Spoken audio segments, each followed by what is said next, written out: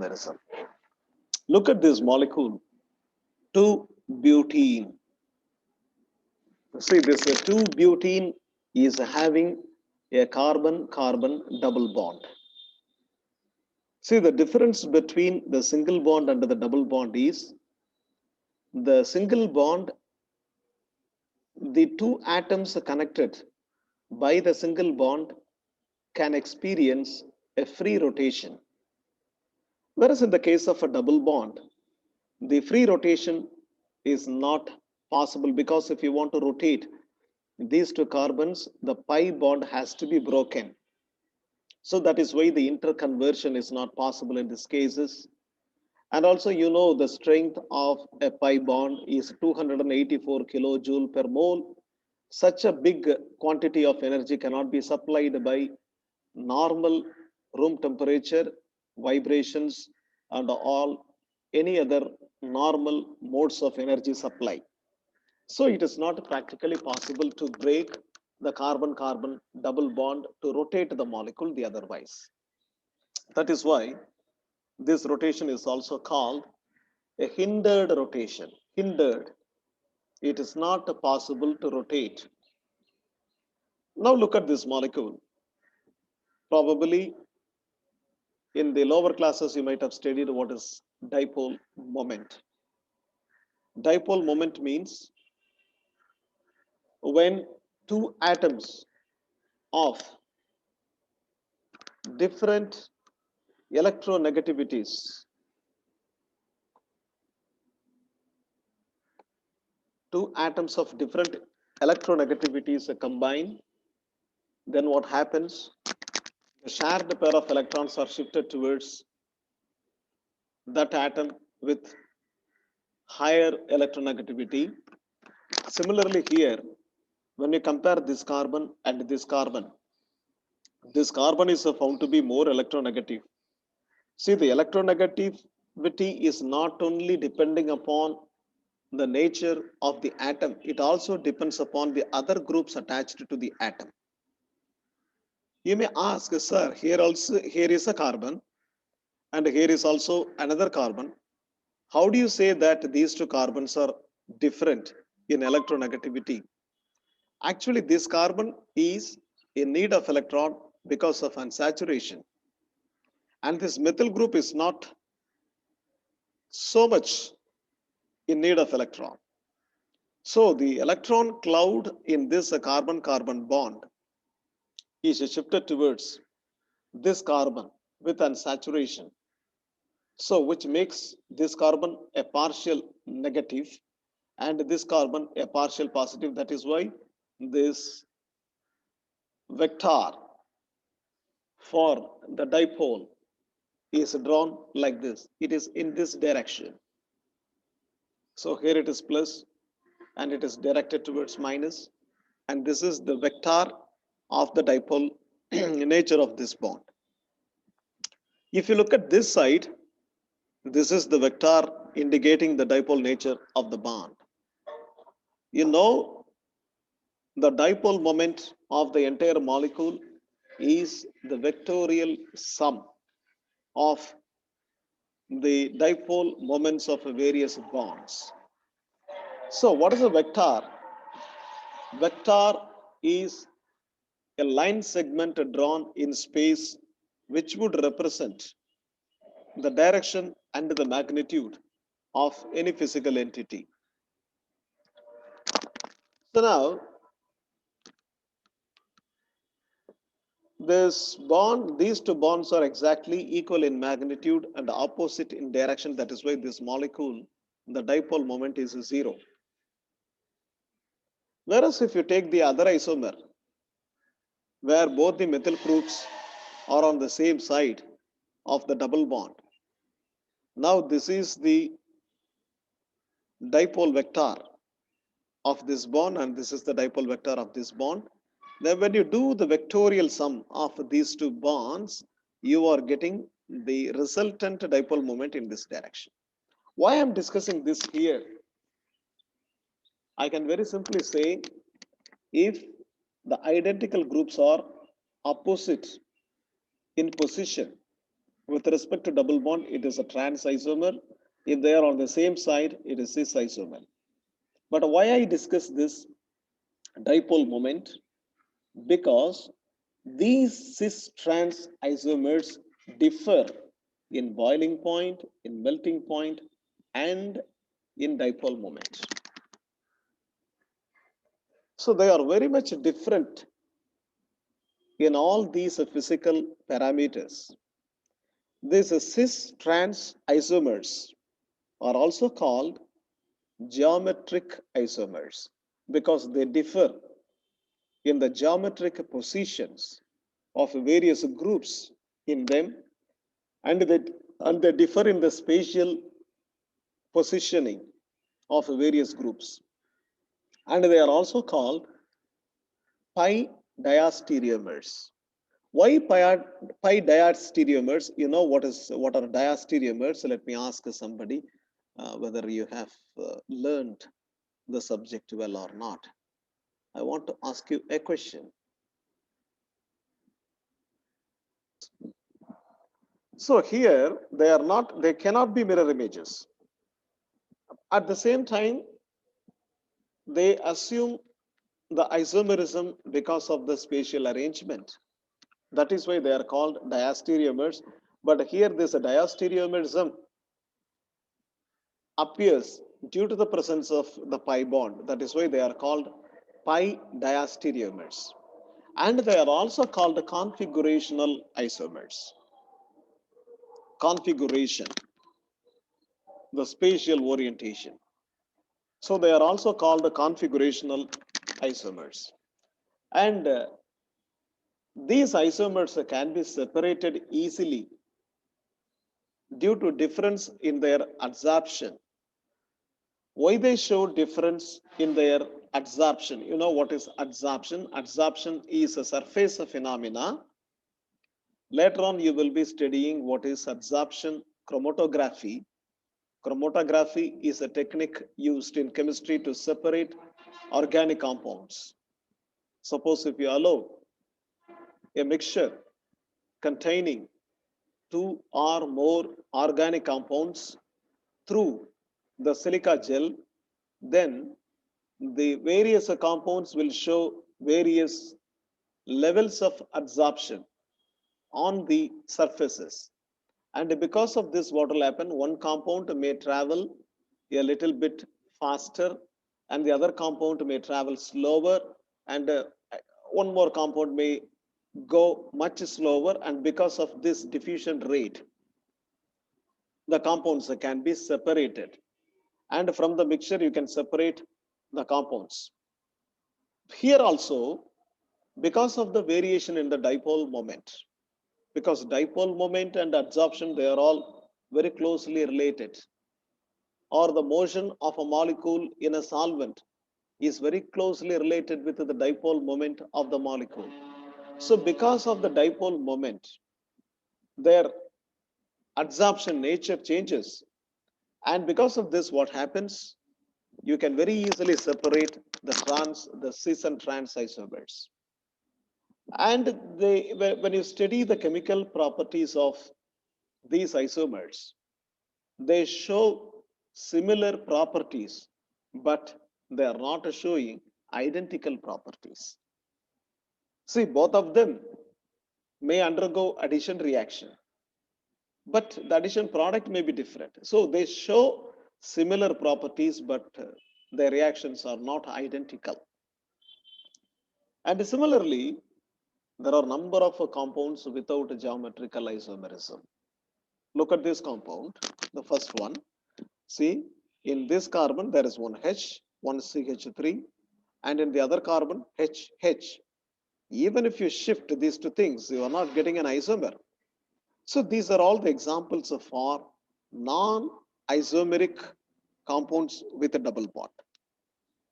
But here, they are isomers because in this compound, the methyl groups are opposite. In this compound, the methyl groups are on the same side. So this is cis, this is trans. But in this case, you cannot say which is cis, which is trans. So look at this molecule, both sides CH3, both sides H. You should never speak of shifting this one to here, this one to here. That's not allowed. So this is about the cis and trans isomers.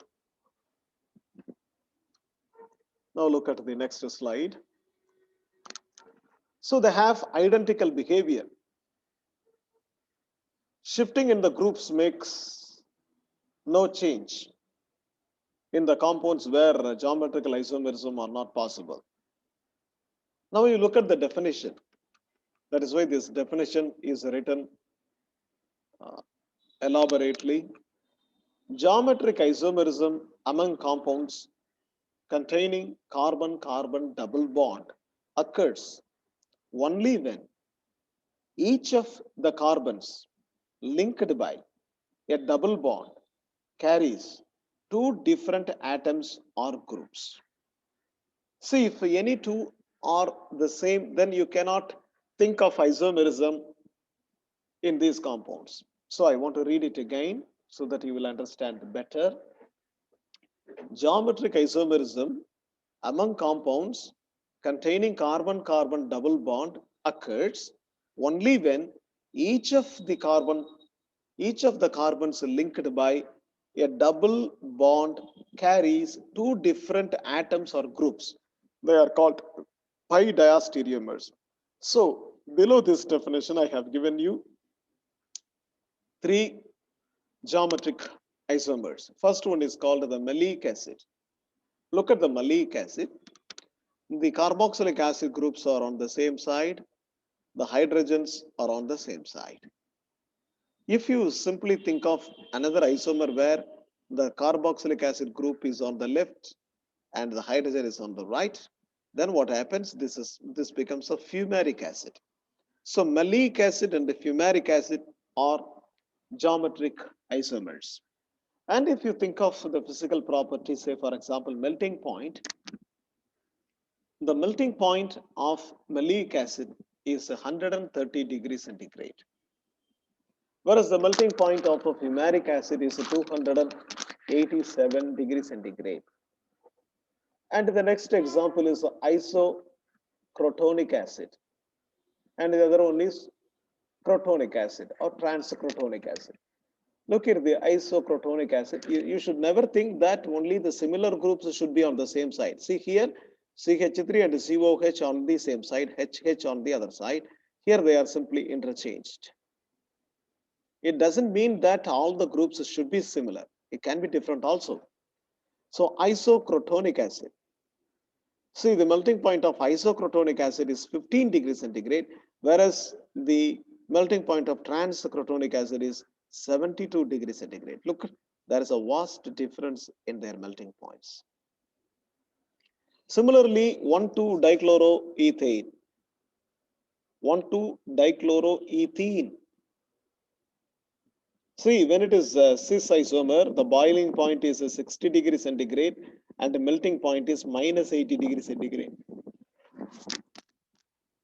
But in the case of trans 1,2-dichloroethene, boiling point is 48 degrees centigrade, melting point is minus 50 degrees centigrade. So as the physical properties are different, you can think of any other conventional method to separate these isomers. So suppose I'm having a mixture. That mixture is simply a mixture of malic acid and fumaric acid. What will happen? When I raise the temperature at melting at 130 degrees centigrade, all the malic acid will be molten. And what remains unmelted is a fumaric acid. So this is how they can be separated, either by adsorption techniques or by melting point or by fractional distillation or by any other fractionalization. So these are all the various methods by which the geometric isomers can be separated. But optical isomers are not like this because they differ only in the optical rotation. All other physical and chemical parameters are similar, exactly similar. You cannot find any melting point difference between D-lactic acid and L-lactic acid. You cannot find any difference in densities, in refractive index, in any of the physical characteristics, except the ability to turn the plane of the plane polarized light either towards right or towards left. That is the only difference shown by the optical isomers. But the geometric isomers, they differ in the physical properties themselves. So what happens? They can be easily separated. Now, look at this slide. So these are some of the examples of some cyclic compounds. The first compound is called Cis Cyclooctene. Cis Cyclooctene. See, it is an octene. Look here. 1, 2, 3, 4, 5, 6, 7, 8. There are 8 carbon atoms, and there is a carbon-carbon double bond. So it is an octene. You know very well, ene. Ene for double bond in IUPAC convention. Ine for triple bond. Ane for single bond. Alkanes, alkenes, and alkynes. So this is a cycloalkene.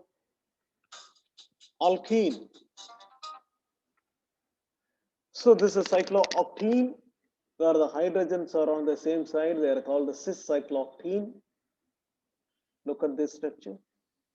Suppose I bend the molecule like this.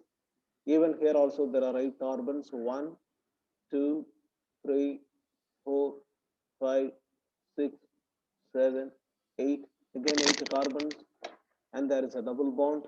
It is also an octene, but here the hydrogens attached, one is on the other side and this one is on this side.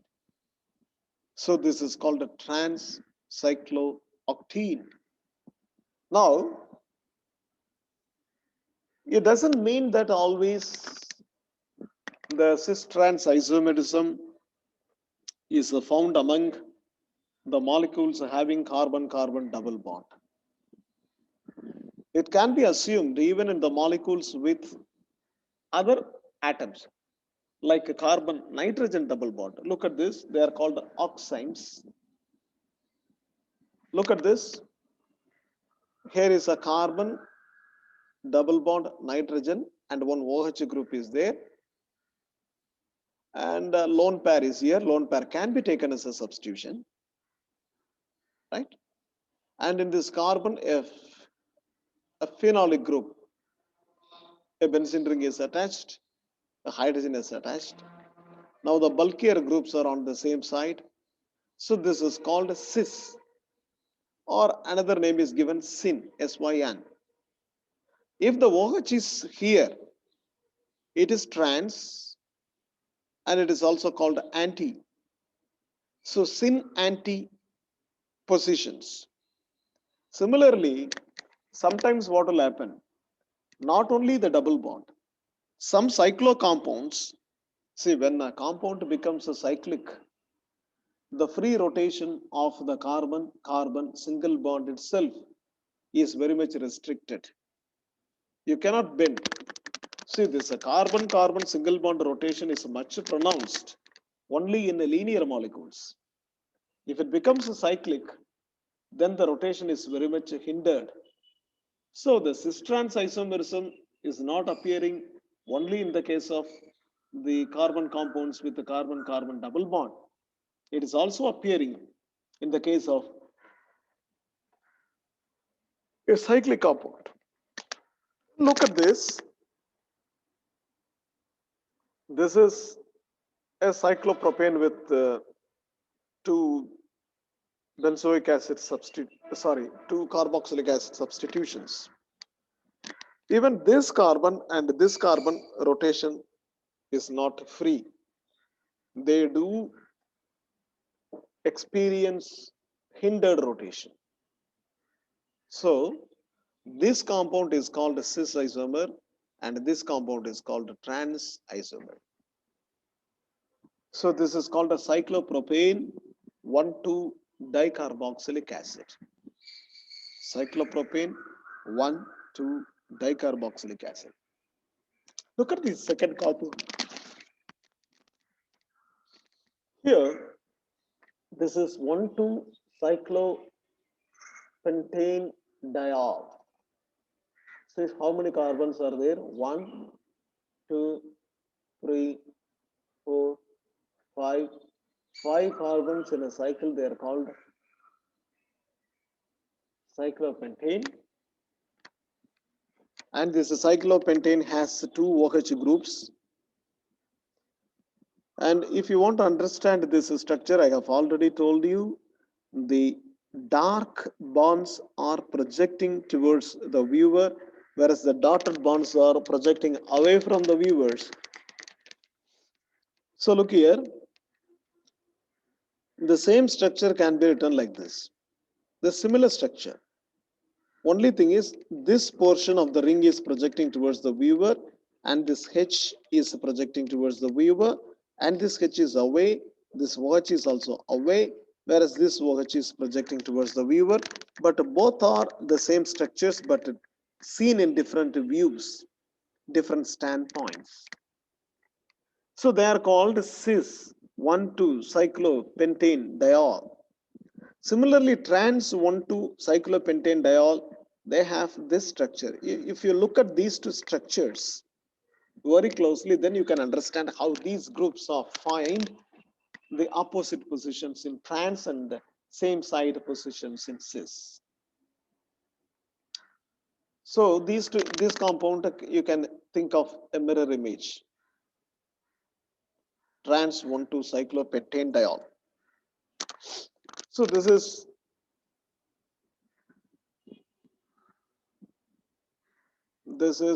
cis-trans isomerism observed in cyclic compounds.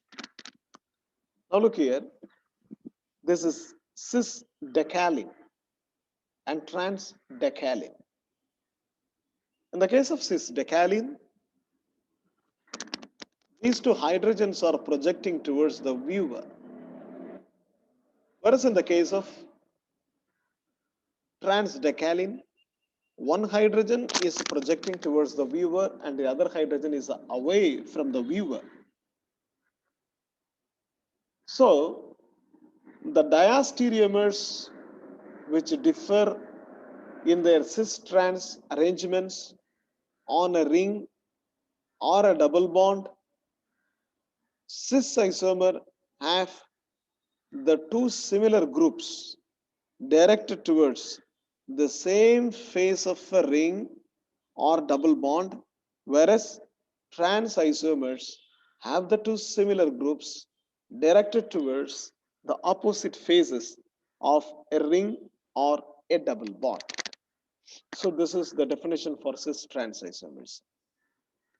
Now the necessary condition for a molecule to show geometric isomerism is the existence of hindered rotation. That means the rotation should never be easily possible. Hindered rotation about a bond, a part of such a molecule.